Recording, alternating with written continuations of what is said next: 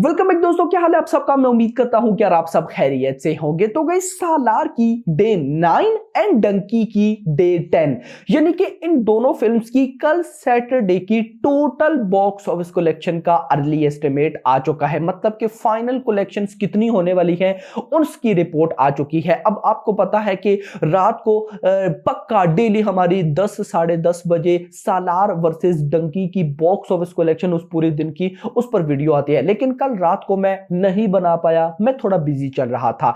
Even के भाई साहब मैंने सिर्फ मॉर्निंग एंड आफ्टरनून शोज तक इनकी कलेक्शन देखी थी। कल सैटरडे वाले दिन सालार एंड डंकी इन दोनों की मॉर्निंग एंड आफ्टरनून की बॉक्स ऑफिस कलेक्शन तक देखी थी कि कितनी आई है, उसके बाद नहीं देखी। सो अभी आपके सामने मैं देखने भी वाला हूं और आपको बताने भी वाला हूं कि कल सैटरडे के अंदर भाई साहब इन दोनों फिल्म्स की बॉक्स ऑफिस कलेक्शन कैसी रही, किसके शोज अच्छे थे, किसकी ऑक्यूपेंसी अच्छी थी।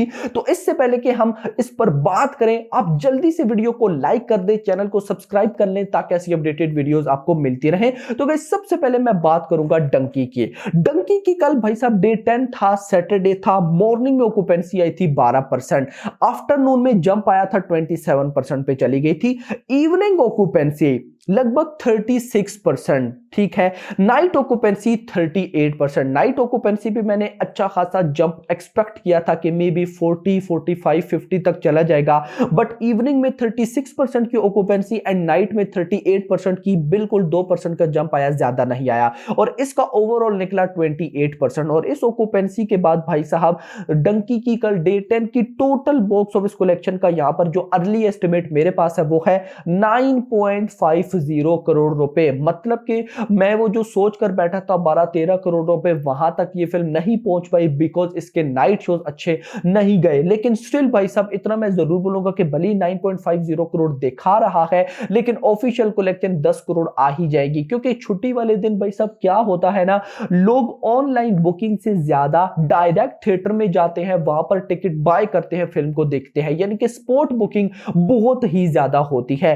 तो डंकी भाई साहब कल के दिन 10 करोड़ मैं बोलूंगा, मानकर चलो इससे ज्यादा भी हो सकता है, तो 10 करोड़ की टोटल इस फिल्म ने नेट कलेक्शन की है। ठीक है भाई साहब, ये बुरी नहीं है भाई, एक सिंगल लैंग्वेज, वो भी क्लासिक फिल्म, वो भी एक एक्शन फिल्म के साथ क्लैश करके ठीक कलेक्शन कर रही है। इसके बाद डायरेक्ट में चलूंगा सालार की तरफ कि सालार का क्या बना कल भाई साहब डे 9 पे। तो सबसे पहले जो इस फिल्म की ओरिजिनल लैंग्वेज है तेलुगु, तेलुगु लैंग्वेज के अंदर कल मॉर्निंग में ऑक्यूपेंसी थी 22%, आफ्टरनून में हो गई थी 37%, इवनिंग में हो गई थी 40% एंड नाइट में हो गई थी 53%। दिस इज द जंप, यानी कि ये जंप मैंने एक्सपेक्ट किया था। देखो मॉर्निंग में ही तेलुगु लैंग्वेज में 22%। एक बात याद रखिएगा, तेलुगु लैंग्वेज में आप लोग बोलेंगे कि भाई एडवांस बुकिंग भी कम आ रही है तो बॉक्स ऑफिस कलेक्शन ज्यादा क्यों है। रीजन ये है कि शोज बहुत ज्यादा लिमिटेड हो गए हैं। याद रखिए, जब भी आपकी फिल्म के शोज लिमिटेड हो जाए और थोड़ा सा भी रेस्पॉन्स मिले तो ऑक्यूपेंसी भाई साहब फाड़ देती है।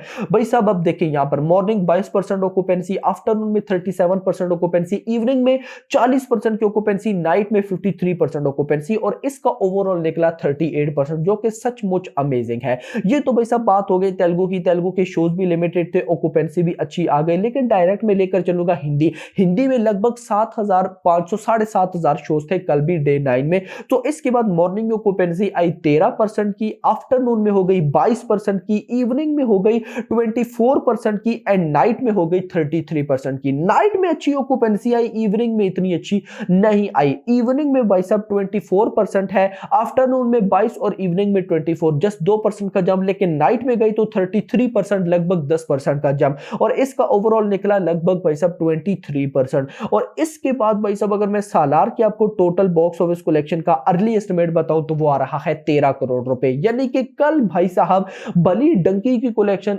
ठीक गई हो लेकिन भाई सालार ने जंप लिया है मेरा भाई। यस, अब अच्छा सिनेरियोस क्या क्या हो रहे थे, उल्टा ही सीन हो रहा है इन दोनों फिल्म्स का, समझ में नहीं आ रही। बहुत सी ऐसी जगह है जहां पर यह दिखाया जा रहा है कि जो डंकी की टिकट से सोल्ड आउट है, यानी कि जो डंकी ने 1 घंटे के टिकट से सोल्ड आउट किए हैं वो सालार से ज्यादा किए हैं। कई जगह पर सालार को बहुत डाउन दिखाया जा रहा है, ये हो गया वो हो गया। लेकिन फिर भी देखें डंकी की जो बॉक्स ऑफिस कलेक्शन है वो 10 करोड़ है एंड सालार की जो बॉक्स ऑफिस कलेक्शन है वो है लगभग 13 करोड़ रुपए, यानी कि 13 करोड़ की नेट कलेक्शन। अब भाई साहब डंकी 10 करोड़ कर रही है तो मान लेते हैं 10 करोड़ की नेट कलेक्शन, तो ग्रॉस 12 करोड़ बनेगी। ओवरसीज कल सैटरडे था तो मैं 10 करोड़ एक्सपेक्ट कर सकता हूं, तो मतलब 22 करोड़, यानी कि 20 से 22 करोड़ की भाई साहब वर्ल्ड वाइड ग्रॉस कलेक्शन की है कल डंकी ने डे 10 पर। सालार पे आ जाओ तो 13 करोड़ का नेट कलेक्शन का अर्ली एस्टिमेट है, मान लेते हैं 13 करोड़ ही आता है, तो ये ग्रॉस बनेगी लगभग 16 करोड़ रुपए, 15.5 समथिंग बनता है, तो 16 करोड़ कर लेते हैं।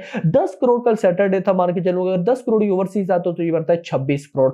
एक तरफ से बोलूं तो भाई साहब कल सैटरडे पर इन दोनों फिल्म से मुझे जो एक्सपेक्टेशन थी, दोनों फिल्म्स उस एक्सपेक्टेशंस पर पूरी नहीं उतरी है, बट उसके बाद भी भाई साहब लिमिटेड शोज कुछ ना कुछ होने के बाद भी ये भी बॉक्स ऑफिस कलेक्शन में इनको बुरा बिल्कुल भी नहीं बोलूंगा, ये ठीक है। इन फिल्म की बॉक्स ऑफिस कलेक्शन में जंप करने में इंपॉर्टेंट रोल होने वाला है। बाकी भाई साहब सालार की बात करूं तो सालार के तो ये ट्रेड के नंबर्स है, मेकर्स के नंबर्स क्या कहते हैं वो अभी तक सामने नहीं आए हैं, तो मतलब के अलग ही सिनेरियोज में ये दोनों फिल्म चल रही हैं। सो अब आप लोग मुझे बताएं आपको क्या लगता है ये दोनों फिल्म्स लाइफ टाइम कितना कर सकती हैं। माय प्रेडिक्शन डंकी की world wide gross life time 500 crore के मतलब 500 करोड़ समथिंग होगी, और भाई साहब सालार की लाइफ टाइम ट्रेड के नंबर्स के अकॉर्डिंग 600 करोड़ समथिंग होगी, एंड मेकर्स तो मुझे लगता है 700 करोड़ को ही टच करेंगे। बाकी hope for the best, let's see, देखते हैं कि क्या होता है। अभी तक के लिए इतना ही गाइस, होप सो आपको वीडियो पसंद है, तो पसंद आई तो वीडियो को लाइक करो, चैनल को सब्सक्राइब करो, और अगली आने वाली वीडियो तक अपना ख्याल रखिएगा। Thanks for watching. आप अभी रिफंड कर दो, अभी चले आएंगे। ऑनलाइन से ही रिफंड होगा, आपको ट्यूसडे या वेडनेसडे तक रिफंड होगा। बुक माई शो ने कैंसिल नहीं किया भाई, बुक माई रिफंड भी यही करेंगे, रिफंड करके चले जाते बाद से। इसमें आपने किया बुक माई शो ने मेल किया, इसमें काम चल जाता अच्छी बात। हम बिना खाना खाए बिना कुछ किए जल्दी जल्दी पूरा अपना काम छोड़ के यहाँ पे आए। क्या कर रहे हो आप हमारे साथ? और आप भी बात घुमा के आपका एक भी बात सीधा ही नहीं है। मैं तो सीधी बात बोल रहा हूँ, आपका बस कैंसिल हो गया है, अभी वो मूवी स्क्रीन नहीं होगी। कैंसिल किसने किया? रिफंड होनी थी बुक माई शो के थ्रू ही आपकी रिफंड होगी। भाई कैंसिल किसने किया? वो बुक माई शो ने कैंसिल किया, उसने कैंसिल नहीं किया तो वो कैसे करेगा? आप बोल रहे हो बुक माई शो नहीं बोल रहा है, ये पर्चे नकली लाया तू। आप करो कॉल। आप करोगे, हम नहीं करेंगे। मैडम नहीं दिखा सकता मैं अभी। आप करोगे, हम नहीं कर सकते। भाई हेलो, जब आपने ये कैंसिल किया तो जब आपने क्यों नहीं बनाया ये डॉक्यूमेंट्स? जब ही क्यों नहीं बनाया आपने? ये अभी क्यों बनाया ये डॉक्यूमेंट? तो अभी ये अभी का है, ये अभी का बना हुआ भाई, अभी बना कर लेगा आप पर्चा भी नया है बना के। क्यों डेट ला में बदल दूँ? अरे सिस्टम से भाई, सिस्टम से कुछ भी बदल सकते हैं। तुम्हारे को मैं जाके देता हूँ, लाओ ये दो। किसको डाले? मैं डाला था मेल। पर्चा में कितना बनाओगे?